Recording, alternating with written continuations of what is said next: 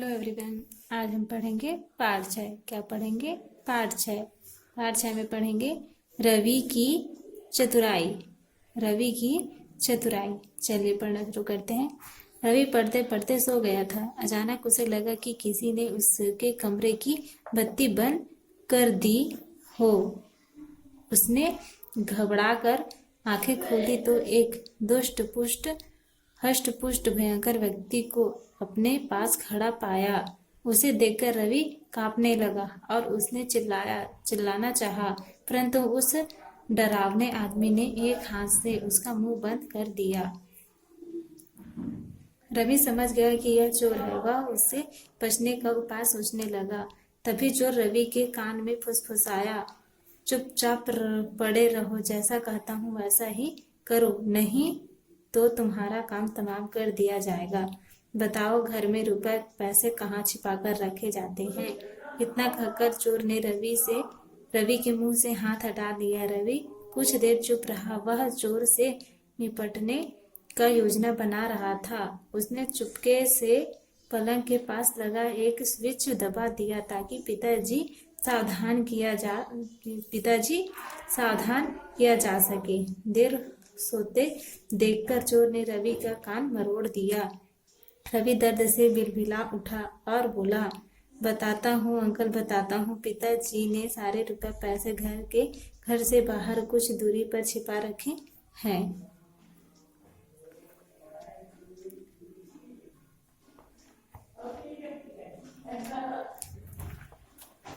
घर से बाहर? हाँ अंकल, ढेर सारे रुपए हैं। ढेर सारे? हाँ अंकल, ढेर सारे। आप तो जानते ही हैं कि मेरे पिताजी कितने मालदार आदमी हैं। वे अपने रुपए पैसे बैंक में जमा न कराकर जमीन में ही गाड़ कर रखते हैं। रवि ने चोर को उलझाया, लेकिन तुम्हें कैसे पता कि रुपए पैसे जमीन में है? एक दिन पिताजी मेरी माँ को बता रहे थे, तब मैंने चुपके से सुन लिया था। अरे वाह, तुम तो बहुत चतुर लगते हो। तुम मुझे वह जगह दिखा दो जहाँ माल छिपा रखा है। अंकल, मैं आपको उस स्थान के बारे में बता तो दूंगा, पर क्या आप सब कुछ याद रख पाएंगे? हाँ, मुझे याद रहेगा। तुम बताओ तो सही। अंकल, मुझे ऐसा नहीं लगता। आप सच बताएंगे कि आप चौथी कक्षा में कितनी बार फेल हुए थे? बकवास बंद कर चुपचाप सब कुछ बता, चोर चिल्लाया। नाराज मत होइए अंकल, सुनिए और याद रखने की कोशिश कीजिए। वक्त बर्बाद मत कर, बता कहाँ दबाए गए हैं रुपए? सुनिए, पूरा ध्यान लगाकर सुनिए। कहीं ऐसा ना हो कि आप सारी बात भटकते रह जाए। आप सबसे पहले हमारे घर से बाहर जाइए। यह भी कहने की बात है? ठीक ठीक, बता। रवि बोला, तो जल्दी जल्दी सुनिए। गेट के सामने वाली काली कोठी के बराबर में जो गली है, उसमें 50 कदम सीधा चलकर 40 कदम बाएं मुड़ जाइए। आप एक बाग के पास पहुंच जाएंगे। वहां नीम के करीब 50 पेड़ हैं। 5वें पेड़ से जो 18वां पेड़ है, उसके दाईं ओर 50 कदम चलकर बाईं और मुड़ने के बाद 40 कदम चलिएगा। जिस स्थान पर आप उस समय खड़े होंगे, उसके ठीक सामने नीम का जो पेड़ होगा, उसी के तने के बराबर में रुपए पैसे दबे हैं। चोर ने यह याद रखने की बहुत कोशिश की, पर सफल नहीं हो सका। वह परेशान होकर रवि से बोला, इतनी सारी बातें भोला कोई एक साथ कैसे याद रख सकता है?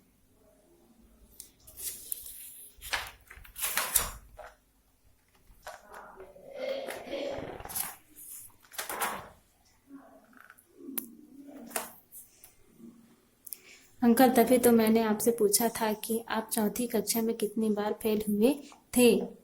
हमेशा प्रथम आता हूँ, तभी तो मुझे सब कुछ याद है। आप पता लिख लीजिए तो बढ़िया होगा। चोर ने रवि से कागज पेन लिया और खजाने का पता लिखना शुरू कर दिया।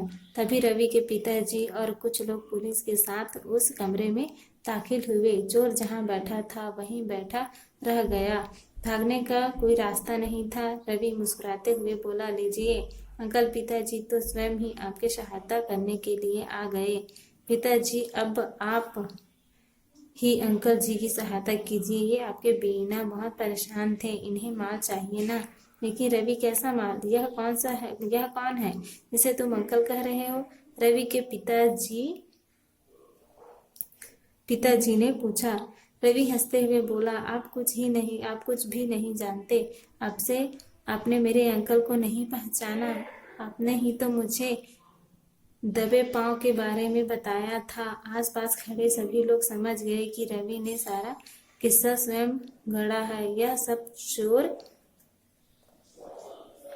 को पकड़वाने का उपाय था और कुछ नहीं। पुलिस ने चोर को पकड़ लिया और सभी लोगों ने रवि की चतुराई की खूब प्रशंसा की। Thank you.